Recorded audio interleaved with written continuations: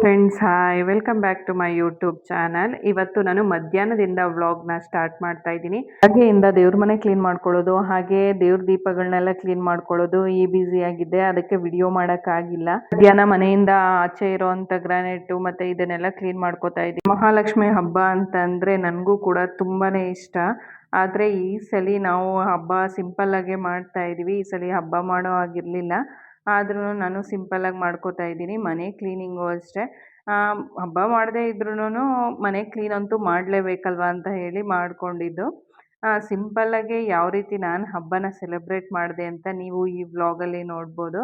ಎಲ್ಲ ಮೆಟ್ಲುಗಳನ್ನೆಲ್ಲ ಮೇಲಿಂದ ತೊಳ್ಕೊತಾ ಇದ್ದೀನಿ. ಹಾಗೆ ಮಳೆನೂ ಬಂದಿತ್ತು. ಸ್ವಲ್ಪ ಮೆಟ್ಲೆಲ್ಲ ಸ್ವಲ್ಪ ಕ್ಲೀನ್ ಆಗಿತ್ತು. ಹಾಗೆ ತೊಳ್ಕೊಂಬಿಡೋಣ ಬಿಡು, ಮಳೆ ಬರ್ತಾ ಇದೆಯಲ್ಲ ಅಂತ ಹೇಳಿ ತೊಳ್ಕೊತಾ. ಆಮೇಲೆ ಮತ್ತೆ ಮನೆ ಒಳಗಡೆ ಹೋದರೆ ಆಚೆ ಬಂದು ಈ ಕೆಲಸಗಳನ್ನೆಲ್ಲ ಮಾಡೋಕ್ಕಾಗಲ್ಲ. ಇನ್ನು ವರಮಹಾಲಕ್ಷ್ಮಿ ಹಬ್ಬ ಅಂತ ಅಂದರೆ ನನಗೆ ಇಷ್ಟವಾದಂಥ ಹಬ್ಬ.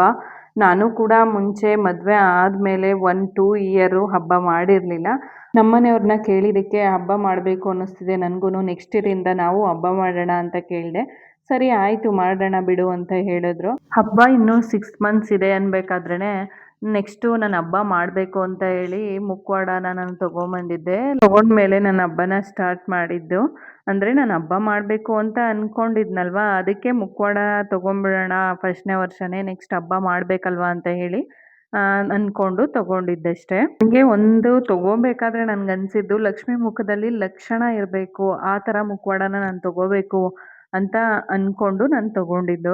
ನಾನು ಒಂದು ಹೊಸ ಸೀರೆನ ತೊಗೊಂಡಿದ್ದೆ. ಅದನ್ನು ಬ್ಲೌಸ್ ಕೂಡ ಹೊಲಿಸಿದ್ದೆ. ಯಾವ ರೀತಿ ಇದೆ ಅಂತ ತೋರಿಸ್ತೀನಿ ಬನ್ನಿ. ಈ ಥರ ಇರುವಂಥ ಸೀರೆನ ನಾನು ತೊಗೊಂಡಿದ್ದೀನಿ ಸಾಫ್ಟ್ ಸಿಲ್ಕಲ್ಲಿ. ಹಾಗೆ ಯೆಲ್ಲೋ ಕಲರ್ ಸೀರೆ ಬರುತ್ತೆ. ಬಾರ್ಡ್ರು ಬಂದು ಪಿಂಕ್ ಕಲರ್ ಬರುತ್ತೆ. ಇದಕ್ಕೆ ಟಸಲ್ಸ್ ನಾನು ಹಾಕ್ಸಿದ್ದೀನಿ. ಇದಕ್ಕೆ ಆನೆ ಥರ ಇಲ್ಲಿ ಮಧ್ಯ ಮಧ್ಯ ಆನೆ ಬಂದು ಆಮೇಲೆ ಕುಚ್ಚು ಬರುತ್ತೆ. ಎಲಿಫೆಂಟ್ ಡಿಸೈನ್ನ ಹಾಕ್ಸಿದ್ದೀನಿ ನಾನು. ಇದಕ್ಕೆ ಎಲಿಫೆಂಟ್ ಡಿಸೈನ್ನ ಹಾಕ್ಸಿದ್ದೀನಿ. ಬ್ಲೌಸ್ ಬಂದು ಪ್ಯಾಟ್ರನ್ ಬ್ಲೌಸ್ ಹೊಲಿಸಿದ್ದೀನಿ ನೋಡಿ, ಈ ರೀತಿ ಇದೆ. ಬಾರ್ಡ್ರನ್ನ ಈ ಥರ ಕಟ್ ವರ್ಕಲ್ಲಿ ಕೊಡ್ಸಿದ್ದೀನಿ. ನೋಡ್ತಾ ಇರ್ಬೋದು, ನಿಮ್ಗೆ ಕಾಣಿಸ್ತಾ ಇದೆ ಅನ್ಕೊಂತೀನಿ. ಸ್ಲೀವ್ ಬಂದು ಲೆಗ್ತಿ ಸ್ಲೀವ್ ಇಟ್ಸ್ಕೊಂಡಿದ್ದೀನಿ ನಾನು. ಫ್ರಂಟು ಅಷ್ಟೇ, ಫ್ರಂಟು ಬಾರ್ಡ್ರ್ ಬಂದಿದೆ. ಬಾರ್ಡ್ರ್ ಬಂದು ಇಲ್ಲೂ ಕೂಡ ಕಟ್ ವರ್ಕ್ನ ನಾನು ಇಟ್ಸ್ಕೊಂಡಿದ್ದೀನಿ.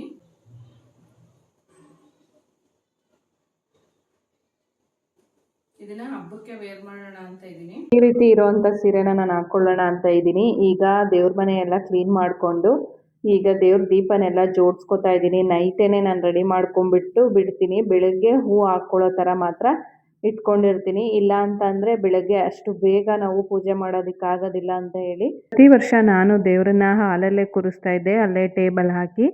ಈ ವರ್ಷ ಸಿಂಪಲ್ ಆಗಿ ಮಾಡ್ತಾ ಇರೋದ್ರಿಂದ ದೇವ್ರ ಮನೆಯಲ್ಲೇ ನಾನು ಡೈಲಿ ಅಂತ ಕಳಸಕ್ಕೇನೆ ಮುಖವಾಡನ ಇಟ್ಟು ಹಾಗೆ ಪೂಜೆ ಮಾಡ್ತಾ ಇದ್ದೀನಿ ಅಷ್ಟೇ, ಸಿಂಪಲ್ ಆಗಿ. ಈಗ ನಾನು ಮುಖವಾಡಕ್ಕೂ ಕೂಡ ಕುಂಕುಮ ಎಲ್ಲ ಇಟ್ಕೊಂಡು ಫಿಕ್ಸ್ ಮಾಡ್ಕೋತಾ ಇದ್ದೀನಿ. ಕೂಡ ನಾನು ಡೈಲಿ ದೇವ್ರ ಮನೇಲಿ ಇರೋವಂಥ ಕಳಸಕ್ಕೇನೆ ಹಾಗೆ ಫಿಕ್ಸ್ ಮಾಡ್ಕೋತಾ ಇದ್ದೀನಿ. ಈಗ ಹಣ್ಣುಗಳನ್ನೆಲ್ಲ ತೊಗೊಂಬಂದಿದ್ದೆ, ಎಲ್ಲದನ್ನು ಒಂದು ಕಡೆ ಇಟ್ಕೋತಾ ಇದ್ದೀನಿ ಬೆಳಗ್ಗೆಗೆ ಈಸಿ ಆಗಬೇಕು ಅಂತ ಹೇಳಿ. ಇಲ್ಲ ಅಂತಂದರೆ ಬೆಳಗ್ಗೆ ಅಲ್ಲಿದೆ ಇಲ್ಲಿದೆ, ಅಯ್ಯೋ ಇದು ತೊಗೊಂಬಂದಿಲ್ಲ ಅದು ತೊಗೊಂಬಂದಿಲ್ಲ ಅಂತ ಟೆನ್ಷನ್ ಆಗಿಬಿಡುತ್ತೆ. ಅದಕ್ಕೆ ನಾನು ನೈಟೇನೆ ಯಾವುದೆಲ್ಲ ಏನೇನು ತಂದಿದ್ದೀನಿ ಅಂತ ಹೇಳಿ ಎಲ್ಲ ಒಂದು ಕಡೆ ಜೋಡಿಸಿ ಇಟ್ಕೋತಾ ಇರ್ತೀನಿ. ಅದಕ್ಕಿರೋವಂಥ ದೇವ್ರ ಮನೆಗೆ ಬೇಕಾಗಿರೋವಂಥ ಹಾರಗಳು, ಹಾಗೆಯೇ ಮೇಯ್ನ್ ಡೋರಿಗೆ ಬೇಕಾಗಿರೋವಂಥ ಹಾರಗಳನ್ನೆಲ್ಲ ನಾನು ರಾತ್ರಿನೇ ಹಾಕ್ಕೋತಾ ಇದ್ದೀನಿ. ಎಲ್ಲ ಕ್ಲೀನ್ ಮಾಡಿ ಇಟ್ಕೊಂಡಿದ್ದೆ. ಈಗ ಅದನ್ನೆಲ್ಲ ಹಾಕ್ಕೊಂಡ್ಬಿಟ್ರೆ ಬೆಳಗ್ಗೆಗೆ ನಮಗೆ ಈಸಿ ಆಗುತ್ತೆ ಅಂತ ಹೇಳಿ ಡೋರ್ ಮ್ಯಾಟ್ಸು ಹಾಗೆ ಸ್ಕ್ರೀನು ಇದನ್ನೆಲ್ಲನೂ ನಾನು ನೈಟೇನೆ ಫಿಕ್ಸ್ ಮಾಡ್ಕೊಬಿಡ್ತೀನಿ. ನಾನು ಹಬ್ಬ ಮಾಡಬೇಕಾದ್ರೂ ಅಷ್ಟೇ ದೇವ್ರ ಮನೆ ನಡುಮನೆಯಲ್ಲಿ ಏನೇನೆಲ್ಲ ಐಟಮ್ ಬೇಕು ಎಲ್ಲದನ್ನು ನಾನು ರಾತ್ರಿನೇ ಅರೇಂಜ್ ಮಾಡಿ ಇಟ್ಕೊಂಡ್ಬಿಟ್ಟಿರ್ತೀನಿ. ದೇವ್ರಿಗೆ ಸೀರೆನೂ ಕೂಡ ಡ್ರೇಪ್ ಮಾಡಿ ಇಟ್ಕೋತಾ ಇದ್ದೆ. ಈಗ ನಾನು ಉಟ್ಕೊಳ್ಳೋ ಅಂಥ ಸೀರೆನ ಪಿನ್ ಮಾಡ್ಕೋತಾ ಇದ್ದೀನಿ. ಮುಂಚೆನೇ ಪಿನ್ ಮಾಡ್ಕೊಂಡು ಇಟ್ಕೊಂಡ್ಬಿಟ್ರೆ ಬೆಳಗ್ಗೆ ಹರಿಬಿರಿ ಅನಿಸಲ್ಲ. ಬೇಗ ಹೋಗಿ ನಾವು ಡೈಲಿ ಈ ಸೀರೆ ಹಾಕ್ಕೊಳ್ಳೋದಿಲ್ವಲ್ಲ, ಅದಕ್ಕೆ ನಮಗೆ ಬೇಗ ಉಟ್ಕೊಳ್ಳೋಕ್ಕೂ ಬರೋದಿಲ್ಲ. ಅದಕ್ಕೆ ನಾನು ನೈಟೇನೆ ಎಲ್ಲ ಪಿನ್ ಮಾಡಿ ಇಟ್ಕೊಂಡ್ಬಿಡ್ತೀನಿ. ಬೆಳಗ್ಗೆ ಸುಮ್ಮನೆ ಡ್ರೇಪ್ ಮಾಡ್ಕೊಳ್ಳೋ ಥರ ಇಟ್ಕೊಂಡಿರ್ತೀನಿ ಅಷ್ಟೇ. ಈ ರೀತಿಯಾಗಿ ನಾನು ಪಿನ್ ಮಾಡಿ ಇಟ್ಕೊಂಡ್ಬಿಡ್ತೀನಿ ರಾತ್ರಿನೇ. ಅವಾಗ ಸ್ವಲ್ಪ ಈಸಿ ಆಗಂತ ಅನಿಸುತ್ತೆ. ಯಾವ್ಯಾವ ಕೆಲಸ ಮಾಡಬೇಕೋ ನೈಟು ಅದನ್ನೆಲ್ಲ ಮಾಡಿಟ್ಕೊಂಡ್ಬಿಡ್ತೀನಿ. ಈಗ ಊಟ ಎಲ್ಲ ಆದಮೇಲೆ ಅಡುಗೆ ಮನೆನೂ ಕೂಡ ಎಲ್ಲ ಕ್ಲೀನ್ ಮಾಡಿಕೊಂಡು ವರ್ಷದಂತೆ ಈ ವರ್ಷನೂ ಬೆಳಗ್ಗೆನೇ ಪೂಜೆ ಮಾಡಬೇಕು ಅಂತ ಅಂದ್ಕೊಂಡಿದ್ದೀನಿ. ಅದಕ್ಕೋಸ್ಕರ ನೈಟೇನೆ ಎಲ್ಲದನ್ನು ಕ್ಲೀನ್ ಮಾಡಿ ನೀಟಾಗಿ ಇಟ್ಕೊಂಡ್ಬಿಡೋಣ ಅಂತ ಮಾಡ್ಕೋತಾ ಇದ್ದೀನಿ. ಈಗ ಬೆಳಗ್ಗೆ 4 ಗಂಟೆ ಆಗಿದೆ. ಬೆಳಗ್ಗೆ 4 ಗಂಟೆಗೆ ಎದ್ದು ಫಸ್ಟು ರಂಗೋಲಿ ಬಿಟ್ಬಿಟ್ಟು ಬಂದ್ಬಿಡೋಣ ಅಂತ ಬಂದಿದ್ದೀನಿ. ರಾತ್ರಿನೇ ಬಿಡ್ತಾ ಇದ್ದೆ ನಾನು, ಮಳೆ ಬರ್ತಾ ಇತ್ತು ತುಂಬ. ಅದಕ್ಕೆ ಬೆಳಿಗ್ಗೆನೇ ಬಿಡೋಣ ಅಂತ ಹೇಳಿ ಬಿಡ್ತಾ ಇದ್ದೀನಿ. ಕಲರೆಲ್ಲ ಹಾಕುವಷ್ಟು ಪೇಶನ್ಸ್ ಇಲ್ಲ ಈ ಹಬ್ಬದಲ್ಲಿ ನನಗೆ. ಯಾಕಂತ ಅಂದರೆ ಇಲ್ಲಿ ಒಳಗಡೆನೇ ದೇವ್ರ ಮನೆಯಲ್ಲಿ ಮತ್ತು ವರಮಹಾಲಕ್ಷ್ಮಿ ದೇವ್ರನ್ನ ಕೂರಿಸೋದ್ರಲ್ಲಿ ಬ್ಯುಸಿಯಾಗಿರ್ತೀವಿ. ಆಗ್ಲೂ ಏನೋ ಒಂದೊಂದು ಮರ್ತೋಗಿರ್ತೀವಿ. ಆಮೇಲೆ ಅಯ್ಯೋ ಇದಾಕಿಲ್ಲ ಅಲ್ವಾ, ಅದಾಕಿಲ್ಲ ಅಲ್ವಾ ಅನ್ನೋ ಟೆನ್ಷನಲ್ಲಿ ಇರ್ತೀವಿ ಪ್ರತಿ ವರ್ಷ. ಹಾಗೆ ಈ ವರ್ಷನೂ ಸ್ವಲ್ಪ ಮಳೆ ಇದ್ದಿದ್ರಿಂದ ನಾನು ಕಲರ್ ಏನೋ ಹಾಕೋದು ಬೇಡ ಅಂತ ಹೇಳಿ ಜಸ್ಟ್ ರಂಗೋಲಿ ಬಿಟ್ಬಿಟ್ಟು ಹೋಗ್ಬಿಡೋಣ ಅಂತ ಹೇಳಿ ಬಂದಿದ್ದೀನಿ. ಕತ್ಲೆ ಆಗಿದ್ರಿಂದ ನಮ್ಮ ಮನೆಯವರು ಕೂಡ ಜೊತೆಲಿ ಬಂದಿದ್ದಾರೆ. ಬೇರೆ ಹಬ್ಬದಲ್ಲೆಲ್ಲ ಫ್ರೀ ಆಗಿರ್ತೀವಿ, ಆವಾಗ ಕಲರ್ ಹಾಕ್ಕೋತೀನಿ. ಈಗ ಫ್ರೆಶ್ ಆಗಿ ದೇವ್ರ ಮನೆಗೆ ಹೂಗಳನ್ನೆಲ್ಲ ನಾನು ಇಟ್ಕೋತಾ ಇದ್ದೀನಿ. ನಾನು ಬಿಡಿ ಹೂನ ಯಾವತ್ತೂ ತರಲ್ಲ. ಯಾಕಂತ ಅಂದರೆ ಮನೆ ಕೆಲಸನೂ ಮಾಡ್ಕೋಬೇಕು, ಹಾಗೆಯೇ ಹೂವು ಕಟ್ಟಬೇಕು ಅಂತ ಅಂದರೆ ನನಗೆ ತುಂಬ ರಿಸ್ಕು. ಯಾರೂ ನಮ್ಮ ಮನೆಯಲ್ಲಿ ಮಕ್ಳಿಗೆಲ್ಲ ಬರಲ್ಲ. ಅದಕ್ಕೋಸ್ಕರ ನಾನು ಎಷ್ಟೇ ಆದರೂ ಕಟ್ಟಿರೋವಂಥ ಹೂವನ್ನೇ ತಗೊಂಬರ್ತೀನಿ. ಪ್ರತಿ ವರ್ಷದಂತೆ ಈ ವರ್ಷ ಹಬ್ಬ ಮಾಡ್ತಾ ಇಲ್ಲ. ಆರಾಮಾಗಿ ಮಲ್ಕೊಂಡು ನಿಧಾನಕ್ಕೆ ಮಾಡ್ಕೊಳ್ಳೋಣ ಅನ್ನೋ ಮನಸ್ಥಿತಿ ನನಗಿಲ್ಲ. ಯಾಕಂತ ಅಂದರೆ ಪ್ರತಿ ವರ್ಷ ಹರಿಬರಿಯಿಂದ ಹಬ್ಬ ಮಾಡ್ತಾ ಇದ್ದೆ. ಈ ವರ್ಷ ಸಿಂಪಲಾಗಿ ಹಬ್ಬ ಮಾಡಿದ್ರೂ ಬೆಳಗ್ಗೆನೇ ಪೂಜೆ ಮಾಡೋಣ ಅನ್ನೋದೊಂದು ನನ್ನ ಮನಸ್ಸಲ್ಲಿತ್ತು.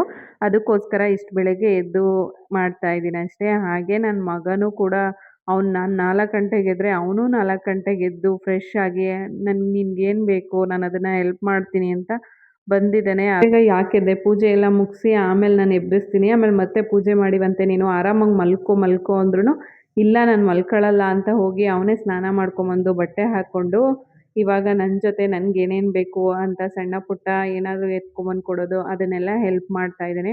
ಹಾಗೆ ನಮ್ಮ ಮನೆಯವ್ರಿಗೂ ಇವತ್ತು ಡ್ಯೂಟಿ ರಜೆ ಇರಲಿಲ್ಲ. ಅವರು ಡ್ಯೂಟಿಗೆ ಹೋಗಬೇಕಾಗಿತ್ತು. ಅವರು ಫಸ್ಟ್ ಶಿಫ್ಟ್ ಇದ್ದಿದ್ದರಿಂದ ಬೆಳಗ್ಗೆ 6 ಗಂಟೆಗೆ ಹೋಗ್ತಾಯಿದ್ದು. ಅಷ್ಟರಲ್ಲಿ ನಾನು ಈ ಕೆಲಸನೆಲ್ಲ ಮುಗಿಸ್ಕೊಂಡು ಪೂಜೆ ಎಲ್ಲ ಮಾಡ್ಕೊಂಬಿಡೋಣ, ಆಮೇಲೆ ಅವ್ರು ಡ್ಯೂಟಿಗೆ ಹೋಗೋಕ್ಕೆ ಸರಿ ಹೋಗುತ್ತೆ. ಆಮೇಲೆ ನಾನು ಅಡುಗೆ ಕೆಲಸ ಏನಿದ್ರು ಮಾಡ್ಕೊಳ್ಳೋಣ ಅಂತ ಹೇಳಿ ಬೇಗ ಮಾಡ್ತಾ ಇದ್ದೀನಿ. ನನ್ನ ಥರನೇ ಅವನೂ ಹೇಳಬೇಕಂತ ಅಂದರೆ ಹಬ್ಬ ಯಾವಾಗ ನಮ್ಮ ಮನೆಗೆ ಯಾವಾಗ ಹಬ್ಬ ಮಾಡೋದು, ನಮ್ಮ ಮನೆಗೆ ಯಾವಾಗ ಹಬ್ಬ ಮಾಡೋದು. ಮನೆ ಕ್ಲೀನ್ ಮಾಡಬೇಕಾದ್ರಿಂದನೂ ಅದೇ ಕ್ವೆಶ್ಚನ್ ಅವನದು. ಯಾವತ್ತು ಮಾಡ್ತೀಯಾ ಹಬ್ಬ, ಇವತ್ತು ಮಾಡ್ತೀಯಾ ಇಲ್ಲ ನಾಳೆ ಮಾಡ್ತೀಯಾ ಅಂತ ಯಾವಾಗಲೂ ಕೇಳ್ತಾ ಇದ್ದ. ನಾನು ನಾಳೆ ಮಾಡೋಣ, ನಾಡ್ದು ಮಾಡೋಣ, ಆ ಥರ ಇನ್ನೂ 2 ಡೇಸ್ ಇದೆ, 3 ಡೇಸ್ ಇದೆ ಅಂತ ಹೇಳ್ಕೊಂಬಂದಿದ್ದೆ. ಆದರೂ ಪಾಪ ಅನ್ನಿಸ್ತಾ ಇತ್ತು ನನಗೆ. ಯಾಕೆ ಇಷ್ಟು ಬೇಗ ಎದ್ದೆ, ಆರಾಮಾಗಿ ಮಲ್ಕೋ ಹೋಗು, ಆಮೇಲೆ ಎಬ್ಬಿಸ್ತೀನಿ ಅಂದ್ರೂ ಇಲ್ಲ ನಾನು ನಿನ್ನ ಜೊತೆನೇ ಕೂತ್ಕೋತೀನಿ ಅಂತ ಹೇಳಿ ಕೂತ್ಕೋತಾ ಇದ್ದ. ಹಾಗೆ ಸಣ್ಣ ಪುಟ್ಟ ಹೆಲ್ಪ್ ಕೂಡ ಮಾಡ್ತಾ ಇದ್ದ. ಇವಾಗ ನಾನು ಹಣ್ಣುಗಳ್ನೆಲ್ಲ ತೊಗೊಂಬಂದು ಹಣ್ಣುಗಳ್ನೂ ಕೂಡ ಜೋಡಿಸ್ಕೋತಾ ಇದ್ದೀನಿ. ಈಗ ಪೂಜೆ ಮಾಡಬೇಕು, ಆಗಲೇ ಟೈಮ್ ಆಗಿದೆ ಅಂತ ಹೇಳಿ ನಾನು ಬ್ಲೌಸ್ ಪೀಸು ಇಟ್ಬಿಟ್ಟು ಈ ವರ್ಷ ಪೂಜೆ ಮಾಡ್ತಾ ಇದ್ದೀನಿ.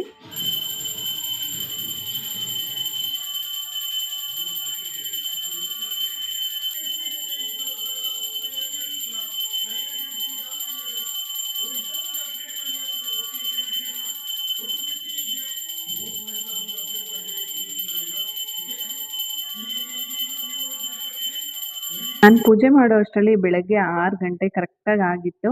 ನಾನು ಯಾವಾಗಲೂ ಅಷ್ಟೇ ಯಾವುದೇ ಟೈಮು ಯಾವುದನ್ನೂ ನಾನು ನೋಡಲ್ಲ.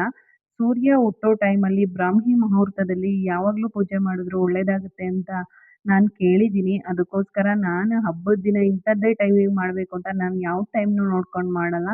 ಸೂರ್ಯ ಹುಟ್ಟೋ ಟೈಮಿಗೆ ಕರೆಕ್ಟಾಗಿ ನಾನು ಪೂಜೆ ಮಾಡ್ತೀನಿ. ಈ ರೀತಿಯಾಗಿ ನಮ್ಮ ದೇವ್ರ ಮನೆ ರೆಡಿಯಾಗಿದೆ.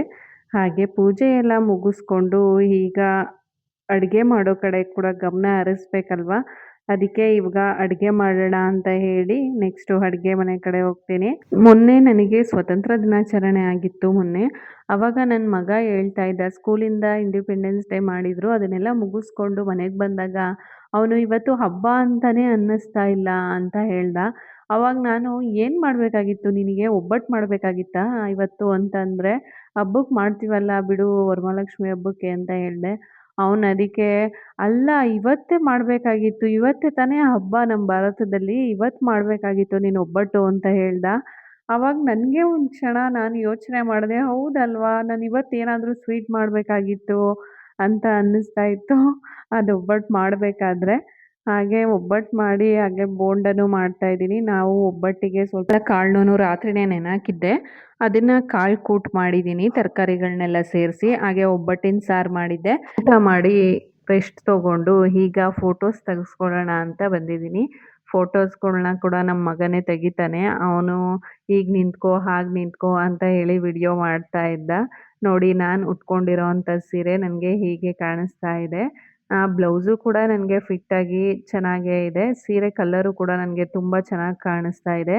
ಬ್ಯಾಕ್ ಸೈಡು ಬ್ಲೌಸ್ ಡಿಸೈನ್ ಕೂಡ ನೀವು ನೋಡ್ಬೋದು. ಅದು ಕೂಡ ಚೆನ್ನಾಗಿ ಕಾಣಿಸ್ತಾ ಇದೆ. ಹೇಗೆ ಕಾಣಿಸ್ತಿದೆ ಅಂತ ನೀವು ಕಮೆಂಟಲ್ಲಿ ತಿಳಿಸಿ. ಹಾಗೆ ಈಗ ಕುಂಕುಮಕ್ಕೆ ಬರ್ತಾರಲ್ವಾ ಅವರಿಗೆಲ್ಲನೂ ಕೂಡ ನಾನು ರೆಡಿ ಮಾಡ್ಕೋತಾ ಇದ್ದೀನಿ. ಈಗ ರೆಡಿ ಮಾಡಿಕೊಂಡು ಈಗ ಸಂಜೆನೂ ಕೂಡ ಒಂದ್ಸಲಿ ಪೂಜೆ ಎಲ್ಲ ಮಾಡ್ಕೋತೀನಿ. ಪೂಜೆ ಎಲ್ಲ ಮುಗಿಸ್ಕೊಂಡು ಎಲ್ಲರೂ ಕುಂಕುಮಕ್ಕೆ ಬರೋ ಅಷ್ಟರಲ್ಲಿ ನಾನು ಮನೇಲಿ ಪೂಜೆ ಎಲ್ಲ ಮುಗಿಸ್ಕೊತೀನಿ.